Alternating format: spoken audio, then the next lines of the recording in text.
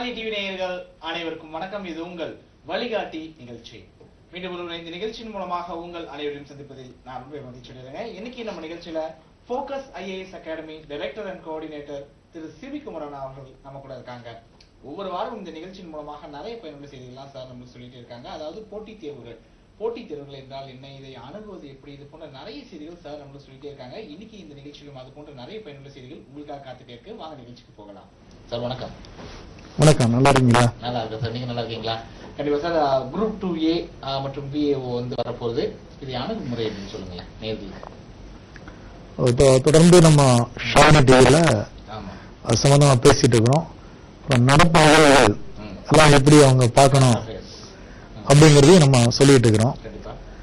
அது ரொம்ப பயனுள்ள வகையில அமைந்திருக்கு அப்படிங்கிறது அந்த நிகழ்ச்சி பார்க்கிற அத்தனைக்கும் தெரியும். ஏன்னா நிறைய நாட்கள் இருந்து கேட்டுட்டு இருக்கிறாங்க.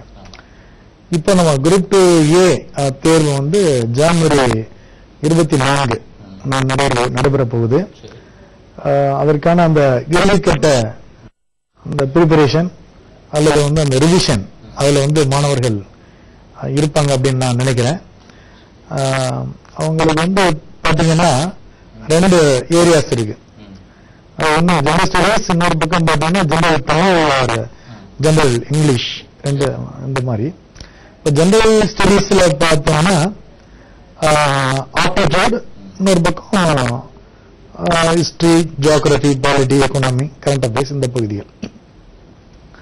இந்த ஆப்டிடியூடை பொறுத்தவரையில அது ஒரு முக்கியமான ஒரு பகுதி. ஏன்னா 21 வினாக்களோட அதை கேட்கறாங்க. அது அவங்களுக்கு அந்த எட்ஜ் கொடுக்கறது.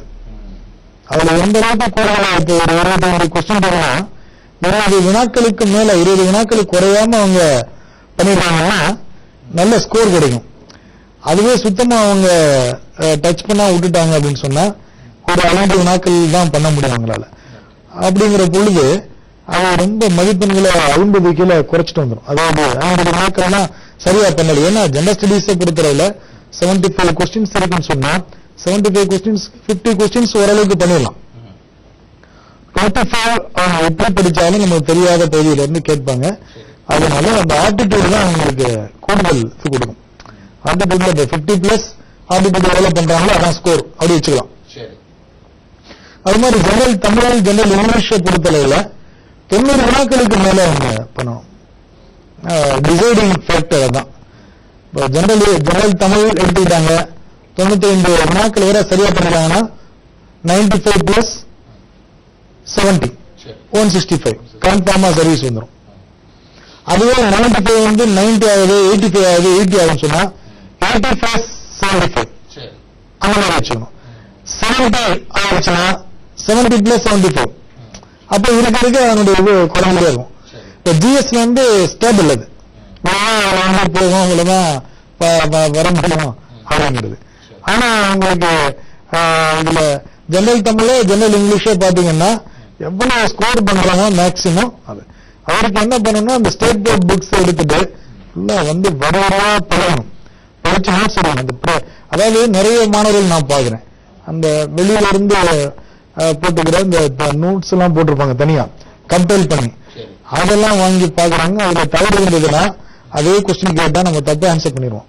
அவங்க முழுக்க புத்தகத்துல இருந்து, பாட புத்தகத்துல இருந்து தான் எடுக்கிறாங்க வினாக்கள் வந்து. இப்ப பாட புத்தகத்தை தரவா படிக்கணும், அதுல உள்ள பாடல் வரிகளை படிக்கணும், நிறைய அப்ரோச் இருக்கணும். ஏன்னா நிச்சயமா வந்து இந்த குரூப் 2 அவங்க கட்டாயமா கிளியர் பண்ணிடலாம். அதற்கப்புறம் இந்த நடப்பு நிகழ்வுகள் வந்து போன அந்த குரூப் எல்லாம் பாத்தீங்கன்னா 14 நாட்களுக்கு முன்னாடி உள்ள நடப்பு நிகழ்வு வரை கேட்டிருந்தாங்க. நிறைய கேட்டிருந்தாங்க, கிட்டத்தட்ட 32-35 கொஸ்டின்ஸ் வந்து கேட்டிருந்தாங்க. அதனால இப்போ சமீபத்தில் வர்ற நிகழ்ச்சிகள் எல்லாம் அவங்க அந்த செய்தித்தாள்கள்ல வர்றத கவனமா பார்த்துட்டே இருக்கணும். ஆமா, அதுக்கு வந்து பாத்தீங்கன்னா தினமணி இந்த மாதிரி பத்திரிகைகள் எடுத்துக்கலாம். தமிழ்ல படிக்கிறவங்க, இங்கிலீஷ்ல படிக்கிறாங்க அப்படின்னு சொன்னா ஹிந்து அந்த மாதிரி எடுத்துக்கலாம். அப்போ இப்ப சமீபத்தில் பாத்தீங்கன்னா இந்த இந்தியன் அட்டாமிக் எனர்ஜி கமிஷன் அப்படின்னு வச்சிருக்கிறோம். இன்டர்நேஷனல் அட்டாமிக் எனர்ஜி ஏஜென்சி ஒன்று இருக்கு. இந்தியா பொறுத்தளவுல வந்து நம்ம நேஷனல் அட்டாமிக் எனர்ஜி கமிஷன் இருக்கு. அதுக்கு வந்து சேகர் பாசு அப்படின்னு சொல்லிட்டு புதிய பிரசிடென்ட் வந்திருக்கிறார். ஏற்கனவே இருந்த பிரசிடென்ட் போய் புதிய பிரசிடென்ட் வந்திருக்கிறார். இது வந்து ஒரு வினாவா கேட்கலாம். அதுக்கப்புறம் நம்ம சுப்ரீம் கோர்ட்டினுடைய சீஃப் ஜஸ்டிஸ் வந்து புதிய நீதியரசர் தாக்கூர் அவங்க வந்திருக்கிறாங்க. அவர் வந்து 43வது தலைமை நீதிபதியா பொறுப்பேற்றுக்கிறாங்க. அப்போ 40வது நீதிபதி யாரு, 41 யாரு, 42, 43 வரிசையா பாத்துக்கலாம். இந்த மாதிரி இதுக்கு முன்னாடி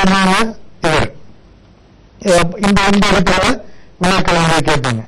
அடுத்து பாத்தீங்கன்னா இந்திய அந்த தேசிய செய்திகள்ல பார்த்தோம்னா INS விராட், அது வந்து ஒரு வார்ஷிப் இந்தியாவுடையது. அதுக்கு ஓய்வு கொடுக்குறாங்க. 2013 ஓய்வு கொடுத்துட்டாங்க.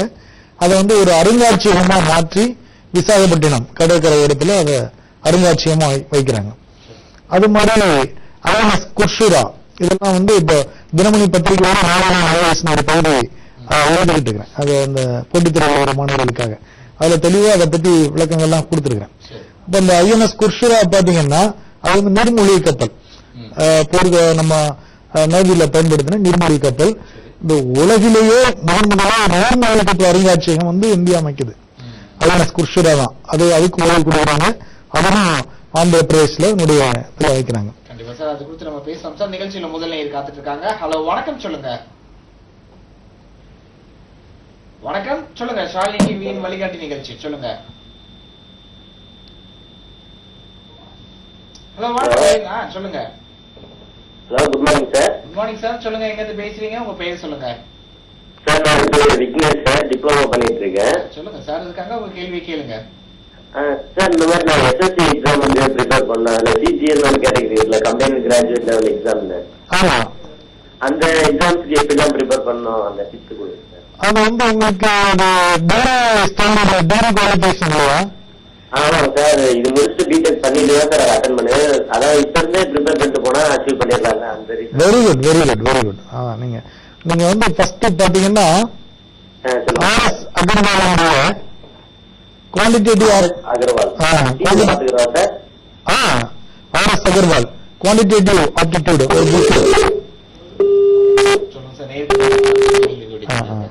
அதாவது இவர் வந்து நம்ம SSC எழுதணும்னு கேட்கிறாரு. பொதுவா SSCல வந்து பாத்தீங்கன்னா ஆப்டிடியூடு, ஜெனரல் அவேர்னஸ், இந்த மாதிரி பகுதிகள் ஆப்டிடியூடுக்கு ரொம்ப முக்கியத்துவம் கொடுப்பாங்க. அதனால ஒரு RS அகர்வாலுடைய இந்த வெர்பல், நான் வெர்பல், ரீசனிங் அது சம்பந்தமா ஒரு புக் போட்டிருக்காரு, ரீசனிங் புக். அந்த புத்தகம் ஒண்ணு. RS அகர்வாலுடைய குவான்டிடேட்டிவ் ஆப்டிடியூட், இது ரெண்டும் ரெகுலரா இப்ப வந்து ஒரு பார்க்கணும்னு சொன்னா. அதுக்கப்புறம் சப்ஜெக்ட் படிக்கிறதுங்கிறது ஏற்கனவே ஒரு படிச்சிடலாம். மற்றபடி இதுதான் முக்கியமானது. அந்த இதை தொடர்ந்து ஒரு படிச்சுட்டு இருக்கலாம். ஆமா, நடப்பு நிகழ்வுகள், அந்த நடப்பு இப்ப நம்ம சொல்றது மாதிரி.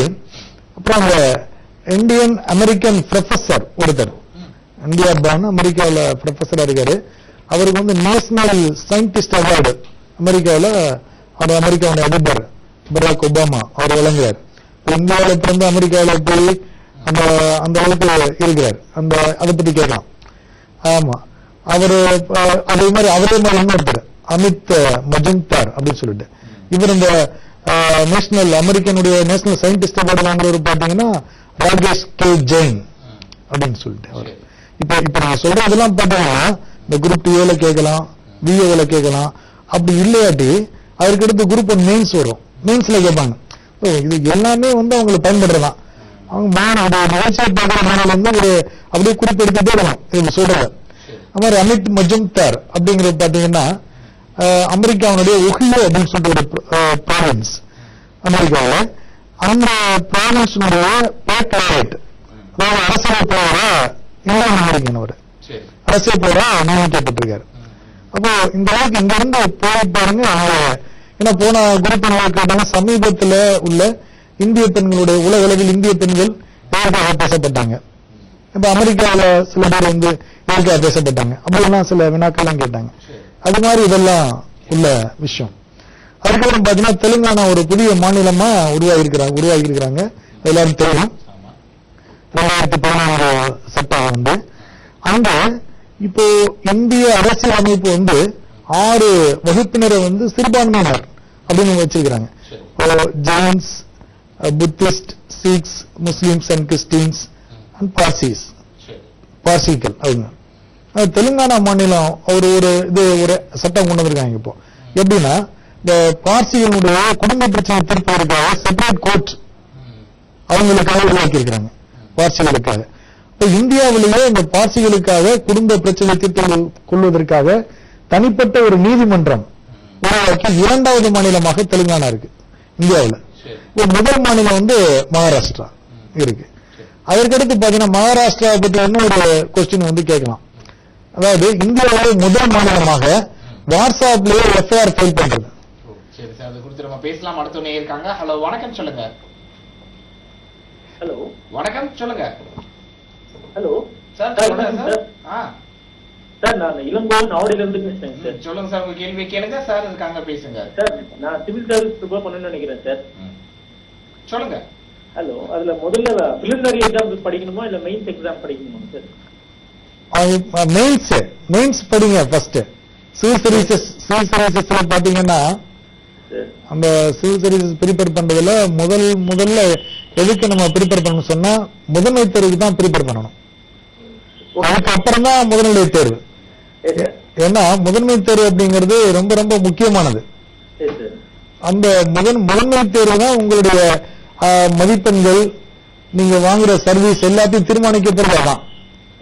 முதல்நிலை தேர்வுங்கிறது வந்து ஒரு என்ட்ரன்ஸ் மாதிரி தான், அது நுழைவுத் தேர்வு மாதிரி தான் அது. அதனால இப்போ அதாவது +1 +2 காலேஜ் வந்து first year, second year, third year, final year படிக்கிற மாணவர்கள், படிக்க வைக்க நினைக்கிற இந்த பெற்றோர்கள் பாத்தீங்கன்னா அவங்களுக்கும் சேர்த்து இதை நான் சொல்றேன், அவங்கள வந்து ரிட்டன் பிராக்டிஸ் பண்ணணும். தொடர்ந்து வந்து ரிட்டன் பிராக்டிஸ் பண்ணணும், எழுதி பார்க்கணும். அவங்க தொடர்ந்து செய்தித்தாளை படிச்சுட்டு இருக்கணும், அதை வந்து குறிப்பா எடுத்துக்கிட்டு இருக்கணும். அப்போ முதல்ல ப்ரிப்பேர் பண்ணும்போது ஸ்டார்டிங்கா ஃபேக்ட் ஓரியன்டேஷன் ப்ரிப்பரேஷன் போயிட்டோம்னா அதுக்கப்புறம் நம்மளோட மைண்ட் செட் வந்து மாறுறது வந்து கொஞ்சம் அப்புறம் கொண்டு வரது கஷ்டம் மாத்தி. அதனால டிஸ்கிரிப்டிவ் நாலேஜ் தான் மெயின். எந்த ஒரு சப்ஜெக்ட் எடுத்துட்டா, எந்த டாபிக் எடுத்துட்டாலும் சரிதான், அந்த டாபிக் சம்பந்தமா ஒரு 4 பாயிண்ட் 5 பாயிண்ட் எழுதுறதுக்கு நம்ம பழக்கப்படுத்திக் கொள்ளணும். அந்த 4 பாயிண்ட் 5 பாயிண்ட்ல இருந்து உங்களுக்கு பிலிம்ஸுக்கு வந்து பாயிண்ட்ஸ் வந்துடும். மெயின்ஸ் தான் முக்கியம். அதனால முதல்ல மெயின்ஸ் ப்ரிப்பேர் பண்ணுங்க சார். இன்னொரு சின்ன சந்தேகம் சார். சார், கோச்சிங் கிளாஸ் போய் தான் படிக்க முடியுமா இல்ல வீட்லயே உட்கார்ந்து படிக்க முடியுமா? நீங்க வந்து ரொம்ப திறமையானவர் அப்படின்னு சொன்னா நீங்க தாராளமா வீட்டுல இருந்தே படிக்கலாம். அதாவது எப்படி படிக்கணும் அப்படிங்கிற கைடன்ஸ் மட்டும் நல்ல ஒரு இதுல ஒரு ஃபெமிலியாரிட்டி இருக்கிற நல்ல ஒரு கைடா நீங்க நினைக்கிற தெரியும். உங்களுக்கு ஒருத்தட்ட உட்கார்ந்து பேசினாலே தெரியும் அவர் வந்து ஒருத்தா இல்லையா அப்படின்னு சொல்லிட்டு அந்த கைடன்ஸ் பண்றதுக்கு சில கெப்பாசிட்டி இருக்கு. அதாவது நாட் இன் கமர்ஷியல், வணிக ரீதியா யார் இருக்கிறாங்களோ அவங்க வந்து சிரமம் உங்களை கைட் பண்றது. அப்படி இல்லாம ஒரு சர்வீஸ் மைண்டோட இருப்பாங்க சில பேர், ரொம்ப ப்ராப்பரா இருக்கும். அந்த மாதிரி நல்ல கைடு யாராவது உங்களுக்கு தெரியுதுன்னா நீங்க வந்து அவங்க அப்ரோச் பண்ணி அவங்க சின்ன சின்ன வழிகாட்டு வாங்கிட்டு வீட்டுல இருந்தே படிக்கலாம். இல்ல நீங்க ஃபுல்லாவே கைட் பண்ணணும் அப்படின்னு சொன்னா அந்த மாதிரியும் இருக்கிறாங்க. ரொம்ப நன்றி, வாழ்த்து. சொல்லுங்க சார். வாட்ஸ்அப் மூலமாகவே எஃப்ஐஆர் ஃபைல் பண்ற ஒரு நியூஸ் சொல்லிட்டு மகாராஷ்டிரா இந்தியாவில முதல் மாநிலமா மகாராஷ்டிரா வந்து வாட்ஸ்அப் மூலமா இது எஃப்ஐஆர் ஃபைல் பண்றதை அறிமுகப்படுத்திருக்கிறாங்க. இதெல்லாம் முக்கியமான நடப்புகள். அதுக்கப்புறம் பாத்தீங்கன்னா ஆந்திர பிரதேஷ்ல பாத்தீங்கன்னா இன்டர்நேஷனல் டான்ஸ் அகாடமி அப்படின்னு சொல்லிட்டு அவங்க ஒரு 100 crores ப்ராஜெக்ட்ல அவங்க உருவாக்குறாங்க. வந்து அவங்களுடைய அந்த மாநிலத்திற்கான நடனம் வந்து குச்சிப்புடி நாட்டியராமன், அந்த டான்ஸ் அகாடமியுடைய நேம் குச்சிப்புடி நாட்டியராமன்ற பேர்ல இன்டர்நேஷனல் சர்வதேச நடன அகாடமி அப்படின்னு உருவாக்குறாங்க. இதெல்லாம் உங்களுக்கு இந்த நடப்பு கவனமா பார்த்துக்கிட்டு இருக்கணும். அப்புறம் ஒரு சர்வதேச நிகழ்வுல ஒரு முக்கியமான விஷயம் கடந்த வாரத்தில் நடந்தது பாத்தீங்கன்னா வந்து சிஷல்ஸ் அப்படின்னு சொல்லிட்டு ஒரு கண்ட்ரி வந்து ஒரு சின்ன தீவு ஐலாண்டு இந்தியன் ஓஷன்ல இருக்கு. அங்க இந்தியனுடைய நேவல் பேஸ் வந்து அமைக்கிறாங்க. அது என்ன? கண்டிப்பா சார், அது குறித்து நம்ம பேசலாம். அடுத்து இருக்காங்க. ஹலோ, வணக்கம் சொல்லுங்க. ஹலோ சார், நாங்க சேலமோட சித்தூர்ல பேசுறோம் சார். நான் வந்து டிஎன்பிஎஸ்சி படிச்சுட்டு இருக்கேன் சார். சொல்லுங்க சார். எப்படி படிக்கணும் அந்த மாதிரி ஸ்டெப்ஸ் கொஞ்சம் டிஎன்பிஎஸ்சி வந்து நீங்க அப்ளை பண்ணிருக்கீங்களா? இப்ப குரூப் 2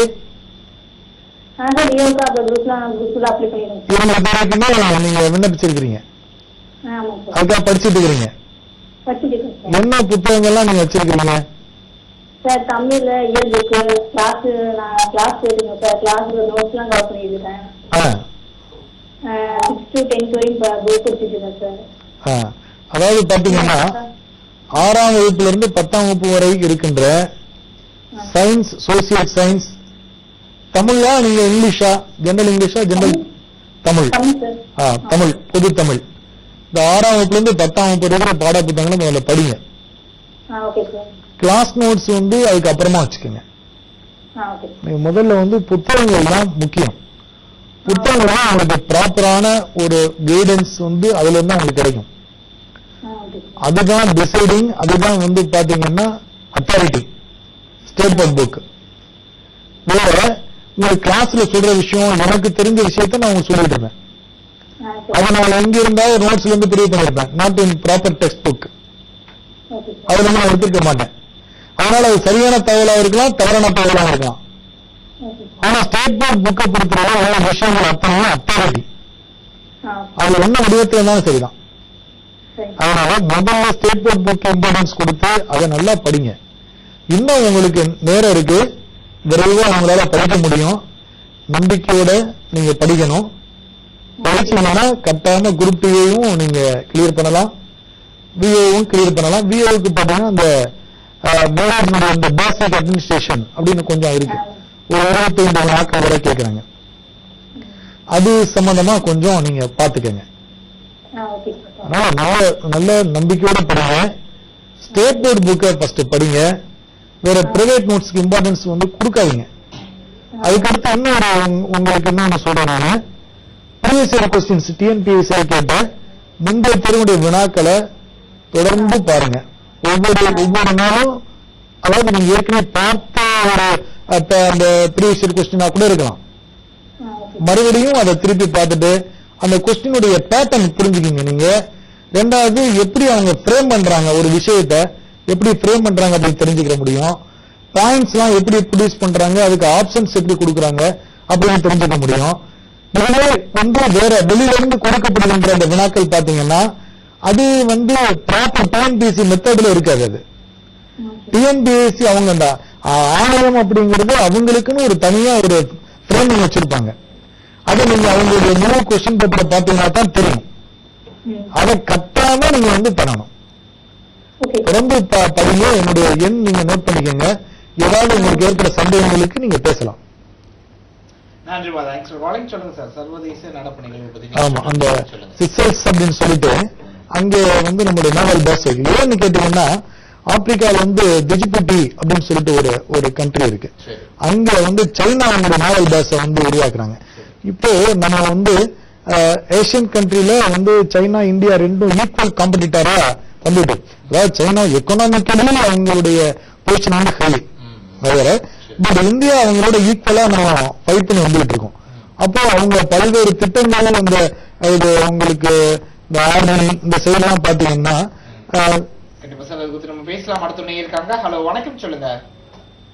ஹலோ சார். வணக்கம் சொல்லுங்கம்மா, உங்க பெயர் மற்றும் எங்க? குட் மார்னிங் சார், என் பேர் சூர்யா சார். குட் மார்னிங் சொல்லுங்க.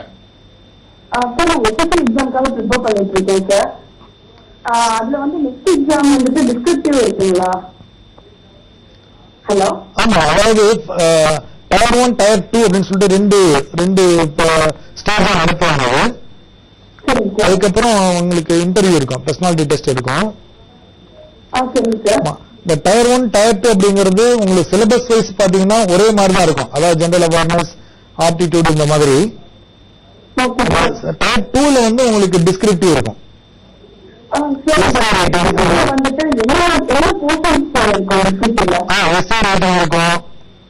பொதுவா GS paper, economy, balance, history, geography எல்லா பகுதியுமே இருக்கும். உங்களுக்கு நார்மலா அஸ்யூஷுவல் ஒரு காம்படிட்டிவ் எக்ஸாம்ல அது ஒவ்வொரு முறையும் அவங்க ஒரு பகுதிக்கு வெயிட்டேஜ் கொடுப்பாங்க.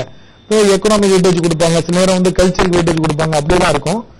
இருந்தாலும் முக்கியமா இப்போ எஸ்எஸ்சியை பொறுத்தவரை பாத்தீங்கன்னா டயர் 1 டயர் 2 பேட்டர்ன் நடத்துறாங்க. நன்றிமா, தேங்க்ஸ் ஃபார் காலிங் சார். நிகழ்ச்சியின் இறுதிக்கு வந்தோம் சார். நிகழ்ச்சியின் இறுதியில நேயர்களுக்கு ஏதாச்சும் சொல்ல விரும்புறீங்களா? சொல்லுங்க சார். நம்ம தொடர்ந்து அவங்க என்னன்னா நம்ம அந்த சொல்ற நிகழ்ச்சியில இருக்கிற அந்த குறிப்பு எல்லாம் அவங்க எடுத்துக்கணும். போட்டித் தேர்வுக்கு படிக்கிற மாணவர்கள் அது ஐஏஎஸ் தேர்வுகள், யூனியன் பப்ளிக் சர்வீஸ் கமிஷன், சரி அந்த துறைக்கு படிக்கிறவங்களா இருந்தா என்சிஆர்டி புத்தகங்கள் படிக்கணும். இங்க வந்து டிஎன்பிஎஸ்சி தேர்வுகளுக்கு படிக்கிறவங்க அவங்க ஸ்டேட் போர்ட் புக்கு படிக்கணும். சரி அப்புறம் இந்த எஸ்எஸ்சி பேங்கிங் இவங்க எல்லாம் பாத்தீங்கன்னா அவங்க சென்ட்ரல் போர்ட் புக் படிக்கணும். சரி இப்படி இந்த அடிப்படை புத்தகங்களை அவங்க படித்தால்தான் தேர்வுல வந்து அவங்க வெற்றி பெற முடியும். அடிப்படை புத்தகங்களை படிக்கிற அதே நேரத்துல அவங்க எழுதுற தேர்வுல முந்தைய தேர்வுகளில் கேட்கப்பட்ட வினாக்களுடைய வினாத்தாட்களை அவங்க சேகரிச்சு வச்சுட்டு எப்படி கேட்டிருக்கிறாங்க அப்படிங்கறத அதை புரிஞ்சு அண்டர்ஸ்டாண்ட் பண்ணிக்கிட்டு திருப்பி அவங்க வந்து அந்த பாடப்புத்தகங்களை அவங்க அணுகணும். இதுதான் முறையான தேர்வுக்கு தயார் பண்ற விதம். அதை வந்து மிஸ் பண்ணிட்டு அவங்க நோட்ஸ் வாங்கி படிக்க வந்து பழகிட்டாங்கன்னா அவங்களால வெகு சீக்கிரமா அவங்களுடைய இலக்கை வந்து அடைய முடியாது. அதனால அடிப்படை புத்தகங்களை படிக்கணும். நம்ம ஷாலினிட்டால தொடர்ந்து விளையாட்டு நிகழ்ச்சி அவங்க பார்த்தாங்கன்னா நிச்சயமா இந்த அரை மணி நேரம் அவங்களுக்கு ஒரு பயனுள்ள ஒரு தகவல்கள், நம்பிக்கை எல்லாம் அவங்களுக்கு கிடைக்கும். அதனால தேர்வுக்கு தயாராகிற மாணவர்களுக்கு எல்லாம் நம்ம வந்து நல்வாழ்த்துக்களை தெரிவிச்சுக்கிறோம். அதே நேரத்தில் இந்த வரவிருக்கின்ற இந்த புதிய ஆங்கில புத்தாண்டு எல்லாருக்கும் சிறப்பாக அமைன்னு சொல்லிட்டு முன் வாழ்த்துக்களை நாம் வந்து அவங்களுக்கு தெரிவிச்சுக்கிறோம். உங்களுக்கு வாழ்த்துக்கள் சார். வழக்கம் போல இந்த நிகழ்ச்சியின் மூலமாக நிறைய பயனுள்ள செய்திகள்லாம் சொன்னீங்க. அதற்காக ஸ்டாலின் டிவி சார்பா நன்றி சார். வணக்கம். என்னுடைய இந்த நிகழ்ச்சி கண்டிப்பா உங்க எல்லாருக்கும் ஒரு பயனுள்ள நிகழ்ச்சியா இருக்கும். இதே மாதிரி வேறொரு நிகழ்ச்சியில் உங்களை சந்திக்கும் வரை உங்கள் இடம் விடைபெறுவது உங்கள் அசார்.